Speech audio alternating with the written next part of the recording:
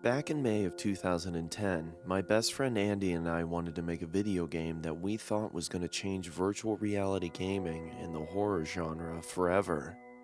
We both just got out of university, me with a degree in computer programming and him with digital art design. Both of us were avid gamers. I think we played a bit of just about everything: racing, JRPGs, MMOs, sports, you name it. We wanted to make a game unlike anything you could get coming from overseas. You could call it an ambitious goal for a couple of aspiring indie gamers, but both of us were ambitious guys. Andy was a big horror fan and was actually the first to come up with the idea. We had heard of the four-dimensional theaters that were being introduced in places like Korea and London, where you weren't just watching a movie, but feeling it and smelling it. If the movie was set in a pine forest, there were triggers that would release the scent of pine to the audience. Likewise, if the characters were standing on the windy deck of a ship, fans would start blowing to mimic the conditions of the movie in the theater. All of it was to create a more realistic, interactive experience for the viewer, and we thought it would be awesome to try and implement that with a 4D game. Now, obviously, we didn't have the manpower to make an entire game by ourselves. We were in a lot of debt because of school and wouldn't have been able to afford the virtual reality hardware in our wildest dreams. That, and we had no idea how to develop the technology needed to create the 4D gaming experience. Throughout the summer, we networked like crazy, pitching our ideas to different developers, both indie and big time. There was interest, but the 4D concept was still very much in development, and no one was sure they wanted to invest time and resources in it without the assurance that it was going to be a hit. I won't bore you with the details of how it happened, but we finally hit a breakthrough in September when an independent company called Systelien contacted us after our attempts to pitch the idea to them. They thought it had potential and were interested in onboarding us as writers and programmers. The company itself would take the rights for the game, of course, and there would be a team that would make the final decisions during all stages of development. It was still more than we could have ever hoped for. There was a team of 150 people, a third of which were hardware developers. The controller was built into a padded incline chair with a minimalist headset that fit around the player's eyes and ears. The joystick and buttons could be swapped on the arms to accommodate if the player was left or right-handed. Really high tech, right? Where the money was really sunk was in the environmental simulators and the sensors and nodes that would be attached to the player's body to monitor their physical status. And like I said before, the game was meant to be a horror game. We settled on the story of an unnamed character going into a haunted mansion to get rid of evil spirits while getting stalked by a demon. The most cliché plot and setting you could think of. But that was what we were going for. We wanted something that would easily be associated with fear. The idea was that the demon fed off of fear and would find you more easily if you were afraid. First, it would scare and drive the character crazy, and then it would kill him or her.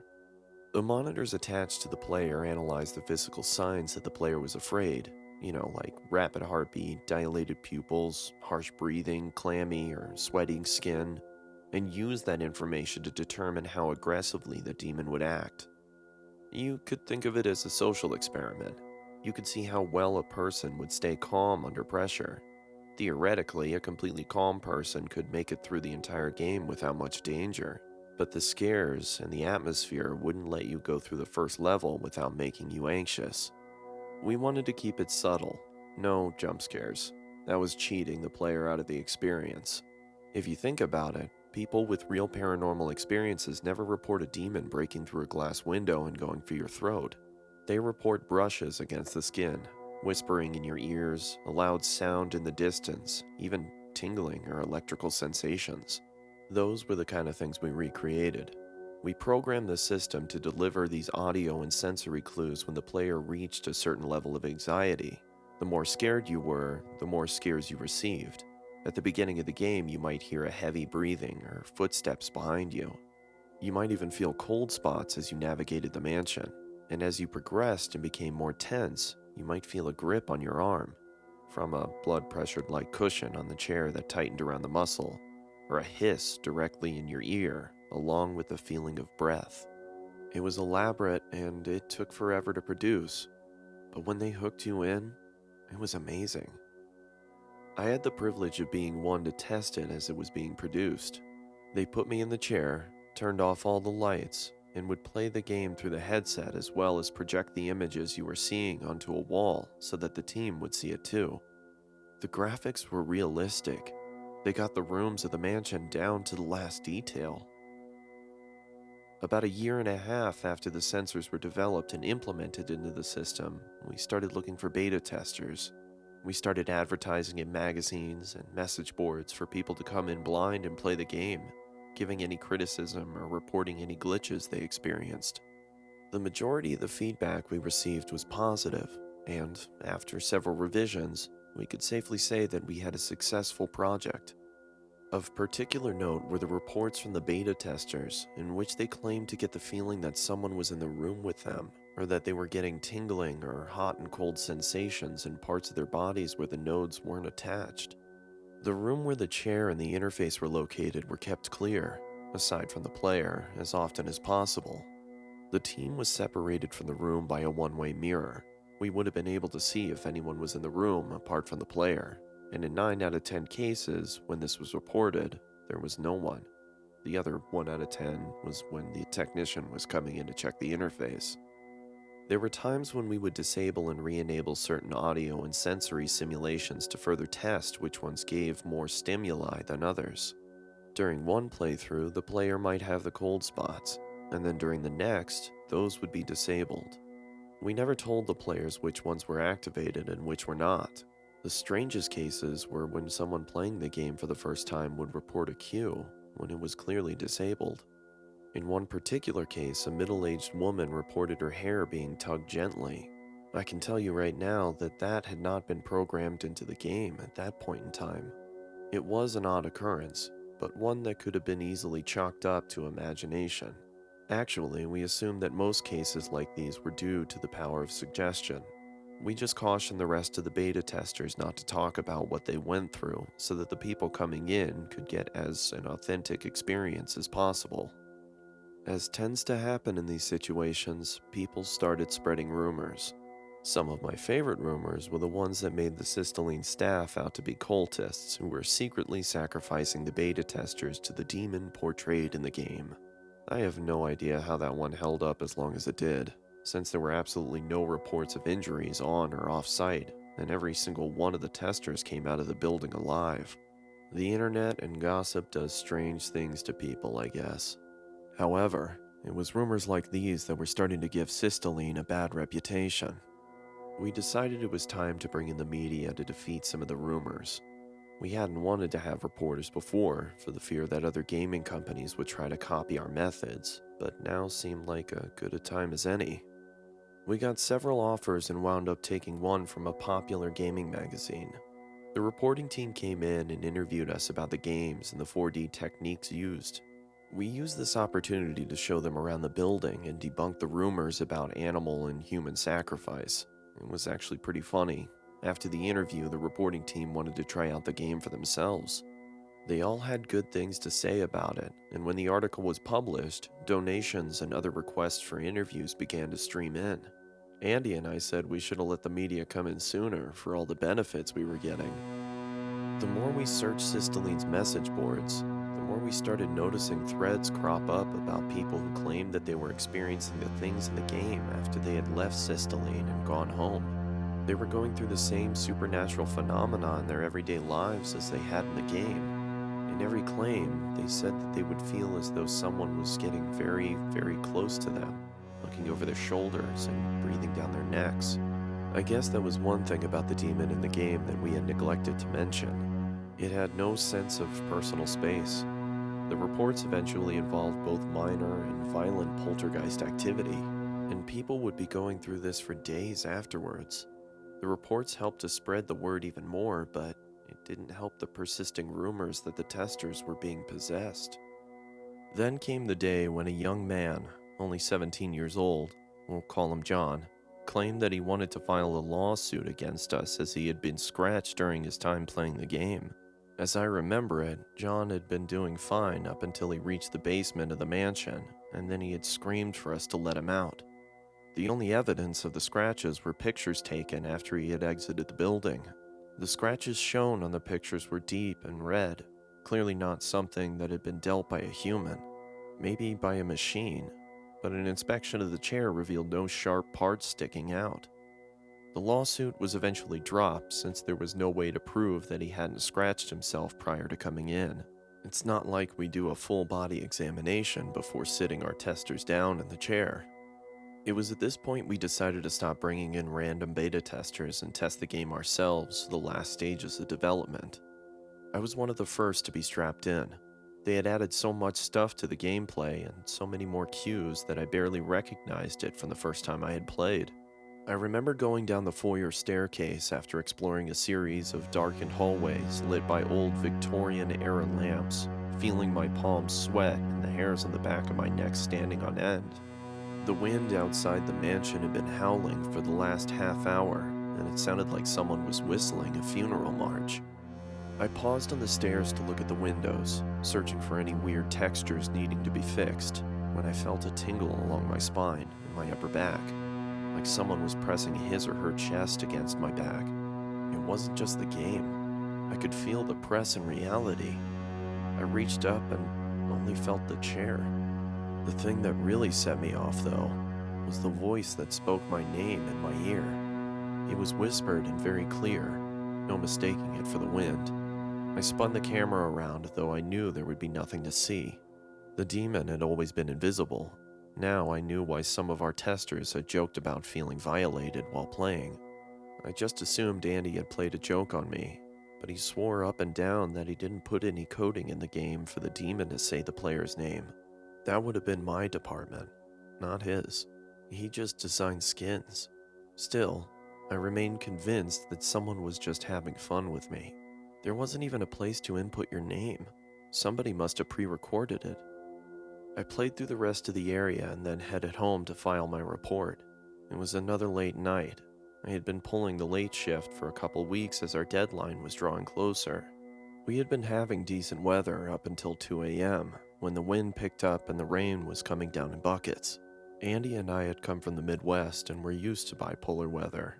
I just worked on and paid it no mind. Until the power went out, anyway. I grabbed my flashlight, feeling all the anxiety from my time in the game returning. This was a different story, though. I knew that. My house wasn't haunted, and I'd never believed in ghosts for my entire life. My brain said it was ridiculous, but my pounding heart told a different story. I couldn't help but feel every draft and hear every creak of the floorboards as I went down to the generator, which of course was in the cellar.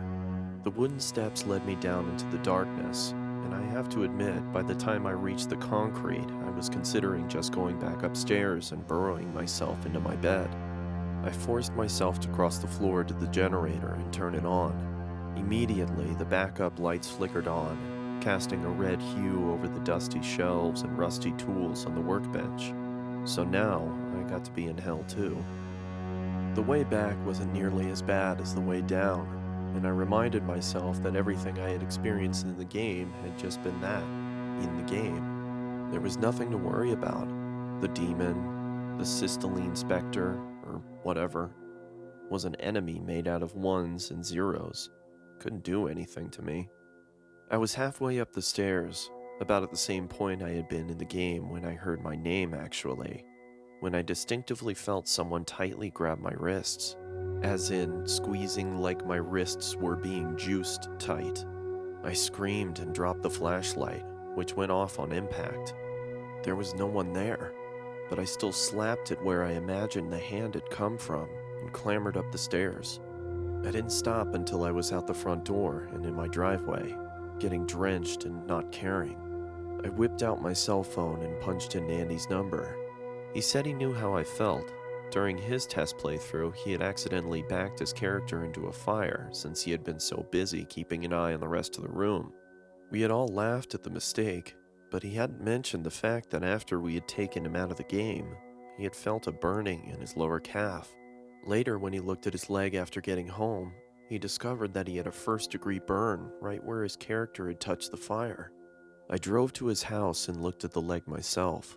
He had already spread ointment on the area and bandaged it up, but when he pulled it back, I was staring at a red and swollen burn wound.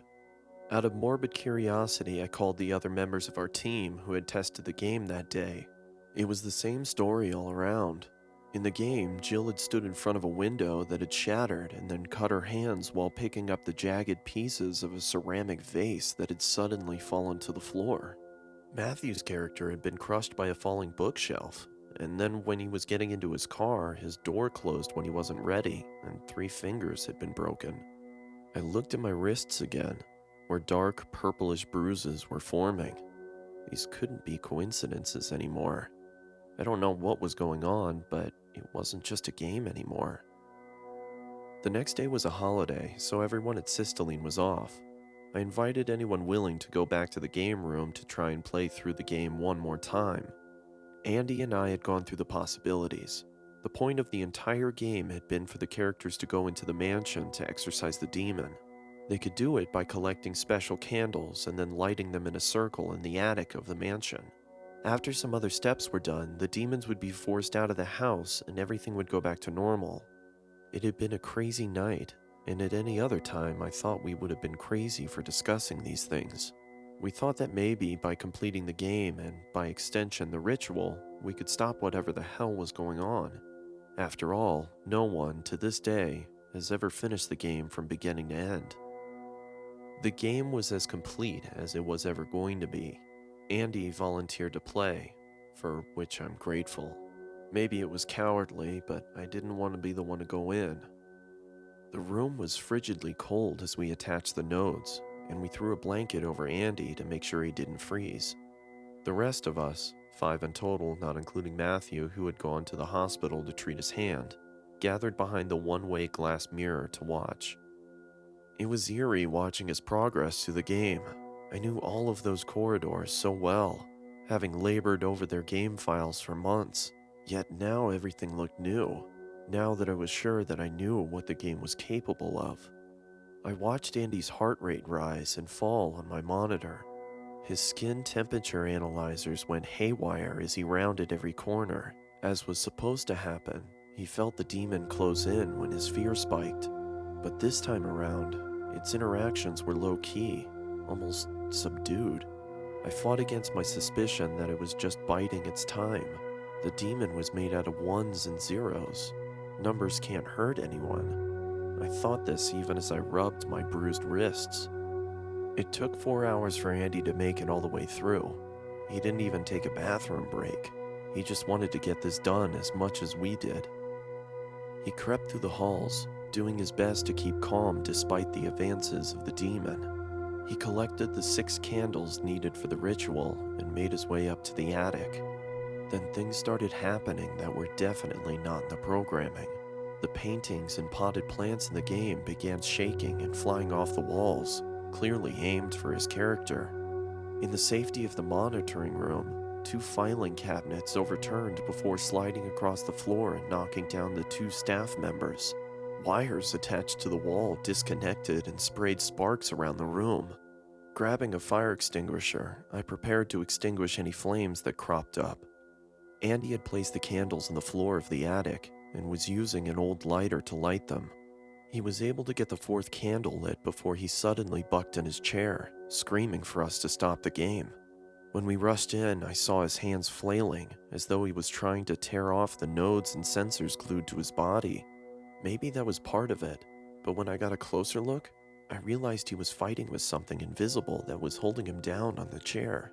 His shirt and face had been slashed, and blood dribbled from the wounds. I was afraid I was going to break his arm since I was pulling so hard to get him off the chair. Finally, we got him free and out of the room, slamming the door behind us. Andy's character had already died, and the game over screen mocked us as we scrambled to call an ambulance. I didn't sleep for the rest of the day and the following night as I waited in the hospital. Andy's wounds were worse than we thought. There was a massive amount of internal bleeding that we hadn't known about. The doctors tried to stem the blood loss with transfusions, but their efforts were for nothing. Andy passed away early in the morning. A week later, I saw a news special about the death and its connection to the game in Systelien. I couldn't blame whoever had babbled. The police blamed Andy's death on the system malfunctioning, as though they could explain the scratches and the internal trauma. Our supervisors didn't care. They ordered the project to be shut down, and I was grateful. I never wanted to see that game again. The only way I was ever going back to the Systelien building was if that room was demolished and the chair dismantled. Though, to be honest, I wouldn't have been surprised if anyone who tried to take it apart was attacked as well. I left the company when the announcement was made that the game would be discontinued.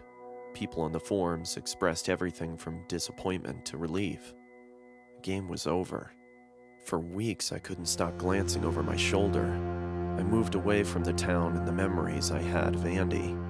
My co-workers held a farewell party for me, despite the fact that they probably had the right to blame me for everything. They said that I had helped make a game that would never be forgotten by anyone who played it. This was all well and good, but I was desperate to forget and spend the rest of my life trying to do so.